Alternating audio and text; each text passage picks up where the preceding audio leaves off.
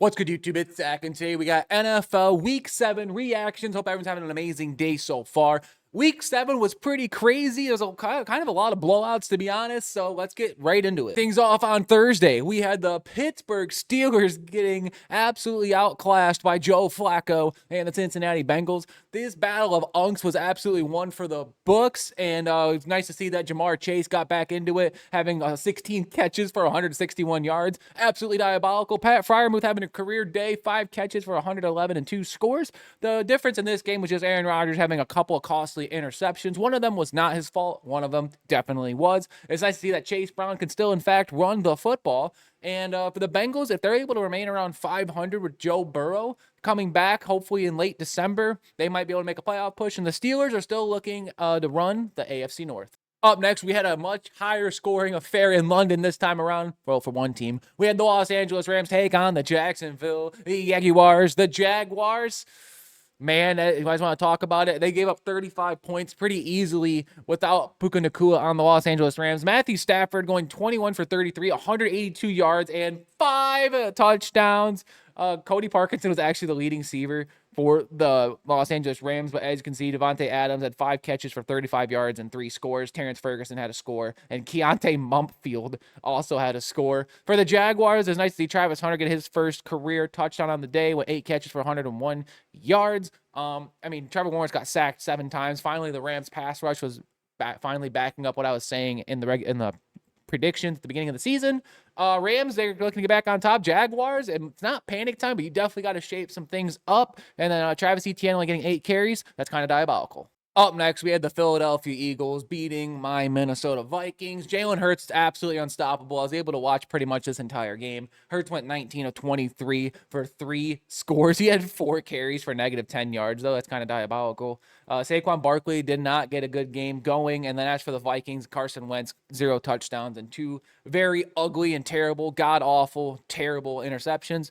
And then we had Jordan Mason go 15 carries for 57 yards. Jordan Addison, I'm so happy that he's back, going 9 catches for $128. And Justin Jefferson having 5 catches for 79 yards. And then the Eagles realized that they do have really good wide receivers. Devontae Smith, 9 catches, 183 yards, including a 79-yard touchdown.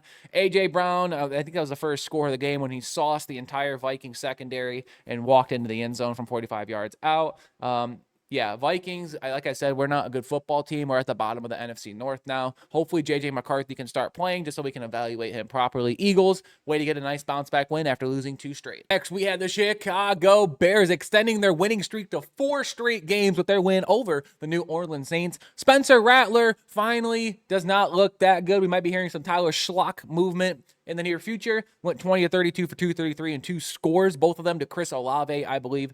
3 interceptions. Alvin Kamara couldn't get anything going on the ground game, going 11 carries for 28 yards. I expect him to give Kendre Miller more involved, only getting 1 carry for 7 yards. That's kind of cringe. And then Caleb Williams did not have a great completion percentage, going 15 of 26 for 172 yards, no scores, and then that interception. But this is just all about the Bears' run game. This is kind of what they've been known for, like when the 1985 legendary team. 19 carries, 124 yards and a score. And then Kyle Munagi, gosh dang it, 13 for 81 and a score. And then, yeah, Bears receivers didn't get a whole lot going because Caleb Williams couldn't get a whole lot going. And then if your name wasn't Chris Olave on the Saints, you practically didn't do anything. And, Bears got 4 sacks on the day. Bears, they moving up the NFC North rankings. And then the Saints, like I said, it's time to sell the team. Up next, we had the Cleveland Browns just absolutely laying down the hammer on the Miami Dolphins. Tua Tagovailoa, I think his time is coming to an end. The $50 million quarterback, by the way, went 12 of 23 for 100 yards and 3 interceptions. Devin Achane was able to get the ground game going with 13 carries and 82 yards. There was just a lot of drops by Dolphins receivers and really bad throws by Tua. We got a first Quinn Ewers sighting, going 5 of 8 for 53 yards. And then for the Browns, they didn't have to do anything other than give Quinshon Judkins the ball. Gabriel only 13 of 18, 116 yards, 0 and 0. Got sacked twice. And Quinshon Judkins, 25 carries, 84 yards, and 3 scores. Pulled out the hat trick. Not really too much going on for receiving from either of these teams. Browns, you guys are just ruining your draft positioning at the end of the day. There's no shot you guys make the playoffs. And then as of 11:07 a.m. on Monday, Mike McDaniel still has a job. Dolphins, what are you doing? This game is really interesting. Up next, we had the New England Patriots lay down the hammer against the Tennessee Titans. Mike Vrabel got his revenge against his former team. It wasn't looking like that through about a quarter and a half. As you can see, Drake May did have to come out for a play because he think he was getting evaluated for a concussion. Shout out to Josh Dobbs, who converted a really good third down to keep that drive alive. Drake May ended up coming back in and finishing it off. But yeah, Drake made 21 of 23, 222 yards and 2 scores, only 2 incomplete passes. That's kind of crazy.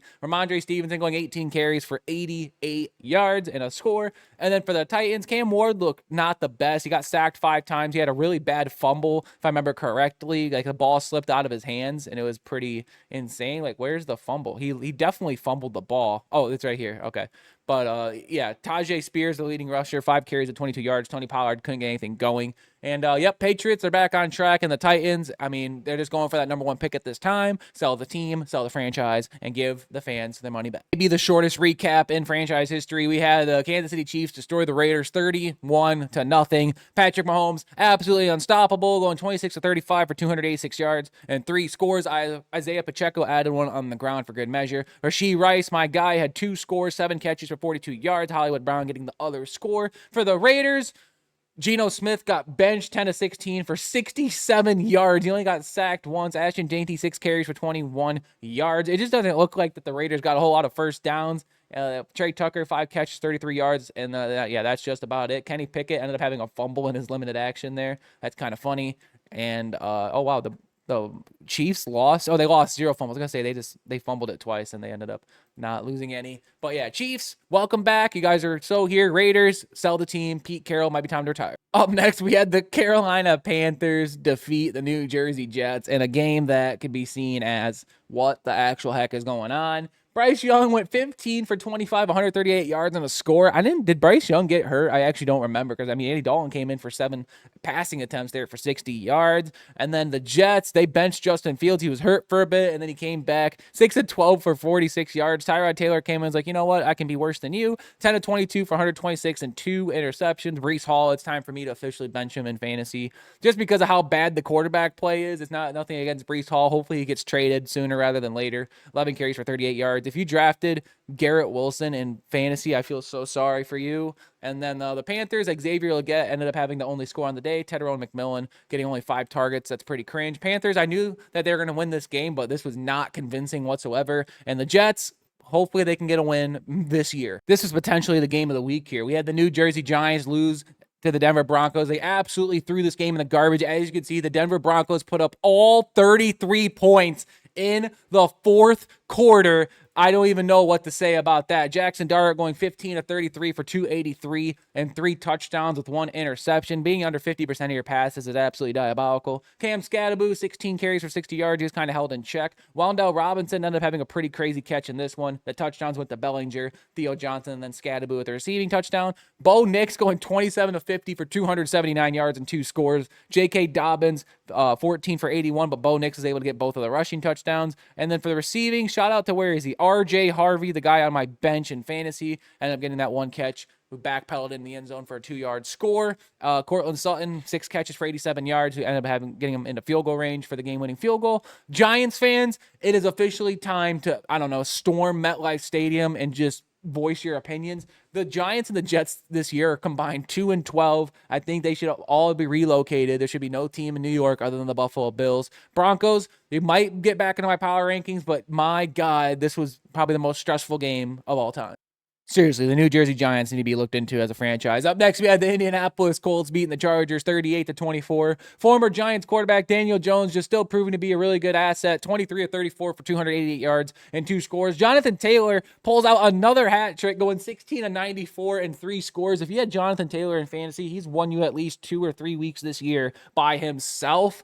Alec Pierce, 5 catches for 98 yards. Tyler Warren getting another score on the year. Michael Pittman Jr. threw in a touchdown as well. And then Justin Herbert went 37 of 55. It's just showing that they cannot run the ball at all. Herbert was their leading rusher. That's pretty cringe. Kamani Vidal, the hero last week, only got 9 carries for 20 yards in this one. And 420 passing yards for Herbert. Nice. And then Oronde Gadsden, this is their starting tight end, going 7 catches for 164 yards and a score. I played against Keenan Allen in fantasy this week. Thanks. 11 catches, 119 on the score. Quentin Johnston went 2 for 30 and 1 score. McConkey had a lot of catches, but couldn't find his way into the end zone. Chargers, they really got to shapen up that secondary and maybe their run defense because, I don't know, this guy exists. And the Colts, they're officially legit. You'll see that in power rankings tomorrow. And yeah, Colts, they might be going all the way this time. Next, we had a blowout between the NFC East best, other than the Eagles. They had the Cowboys defeat the Commanders 44-22. Dak Prescott continuing to play like a league MVP right now at 21 to 30, 264 and 3 scores. Javonte Williams, just what a great season this guy is having for them. I mean, it's still not as good as Rico Dowdle, but my God, he's having a great season. Shout out to him. And CeeDee Lamb going 5 catches, 110 and a score. Thank you for helping me win in fantasy. 7 catches, 29 and 2 scores for Jake Ferguson. Jaden Daniels went down in this game again, bro. They tried bringing him back too soon just for him to get hurt again. Marcus Mariota looked really bad in limited action. The Commanders still do not have a run game. They somehow ended up with 136 yards, but like these numbers are not impressive by any means. And then receiving, Jalen Lane led their way. They really need Terry McLaurin to come back. McLaurin and Daniels both need to get healthy. Commanders are in a really dire state right now. Cowboys might be making a way to the NFC wildcard. Up next, we had the Green Bay Packers narrowly defeating the Arizona Cardinals with a score of 27-23. Jordan Love going 19-29 for 179 yards and a score. Josh Jacobs still just proving that he's the best running back in recent Packers history, going 13-55 for 2 scores. Receiving, kind of a group effort here. Romeo Doubs chipped in 72 yards on 6 catches. Tucker Kraft got the only receiving score on the day. Matthew Golden getting more and more targets. He went 4 targets, 4 catches. Maybe you should give him the ball a little bit more. Yeah, the Packers had 2 fumbles in this game. They ended up losing none of them somehow. And then the Cardinals, I just hate to say, I think Jacoby Brissett's a better quarterback than Kyler Murray right now. Going 25-36, 279 and 2 scores. Both of them going to Trey McBride, 10 catches, 74 yards and 2 scores. They're desperately missing James Conner. But this game was about one person and one person only. Where is he at? The former Dallas Cowboy, Micah Parsons, going on 3 sacks on the day. Cowboys probably shouldn't have traded him. I'm just saying. Probably shouldn't have traded him. And then the Cardinals, Marvin Harrison Jr. has just been one of the biggest letdowns for me this year. 2 catches for 58 yards. Congratulations. Packers, they moved to 4-1-1 to the top of the NFC. And then the Cardinals, I honestly don't even know where you guys go from here. Final game that I'm going to be recapping because I can never recap the Monday night games since I like getting the reaction videos out on Monday before the games are played. We had the San Francisco 49ers defeat the Atlanta Falcons in kind of a snoozer 20-10 affair. Mac Jones did his best game managing impression, went 17-26, a $152 and 1 interception. But the 49ers was just led by this one guy called CMC, going 24 for 129 and 2 touchdowns. Brian Robinson Jr. chipped in 36 on the ground. Receiving was led by Christian McCaffrey, and literally nobody else really even did diddly poo. And then the Falcons, Michael Penix Jr. going 21-38 for 241 and 1 passing touchdown to, I believe, Bijan Robinson. Robinson was pretty limited on the ground, going 14-40. I believe Tyler Algier also got hurt in this game, so hopefully he's okay. Well, shout out to Kyle Pitts, though, getting 7 catches for 62 yards. Drake London was pretty much bottled up the entire day. And 49ers, they're just managing to win games even when they have half of a roster right now. Falcons, it might be time to, I don't know, just give in and just finish 7-10 like you guys usually do. And that's all I have for you today. As you can see, the AFC playoffs are an absolute nightmare. The Indianapolis Colts are winning the AFC right now at 6-1, and Steelers still might be going to the Super Bowl. But let me know what your thoughts are in the comments section below. Who do you think is going to be making the playoffs? Who is the biggest disappointment of Week 7? And I will catch you all tomorrow for NFL power rankings. And yeah, I'll see you tomorrow.